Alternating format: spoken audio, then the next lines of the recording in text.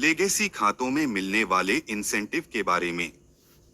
जैसा कि आप लोग जानते हैं, बैंक की तरफ से काफी सीएसपी को लेगेसी खातों की एक लंबी लिस्ट दी गई है, जो कि सीएसपी के द्वारा खाते खोले गए थे और उनके अकाउंट ओपनिंग फॉर्म नहीं मिल पा रहे हैं। और जब हम किसी कस्टमर का ट्रांजैक्शन करते हैं, तो हमारे सामने कुछ इस तरह का मैसेज शो होता है, जिसकी हमें नॉन सीकेआईसी करनी होती है।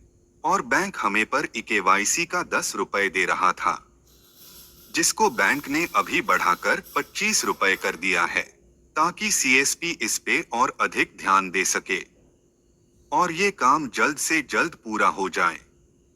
जिसके लिए आपको अभी कस्टमर का अकाउंट ओपनिंग फॉर्म निकालकर उसके साथ कस्टमर की ईकेवाईसी और उसका आधार की कॉपी लेकर बैंक में सबमिट करानी है। तभी आपको 25 रुपए का इंसेंटिव पर अकाउंट बैंक के द्वारा दिया जाएगा। यानी अगर आपने दिन में 4 लेगेसी फॉर्म भी बैंक को दे दिए, तो आपके सीधे सीधे 100 रुपए होते हैं।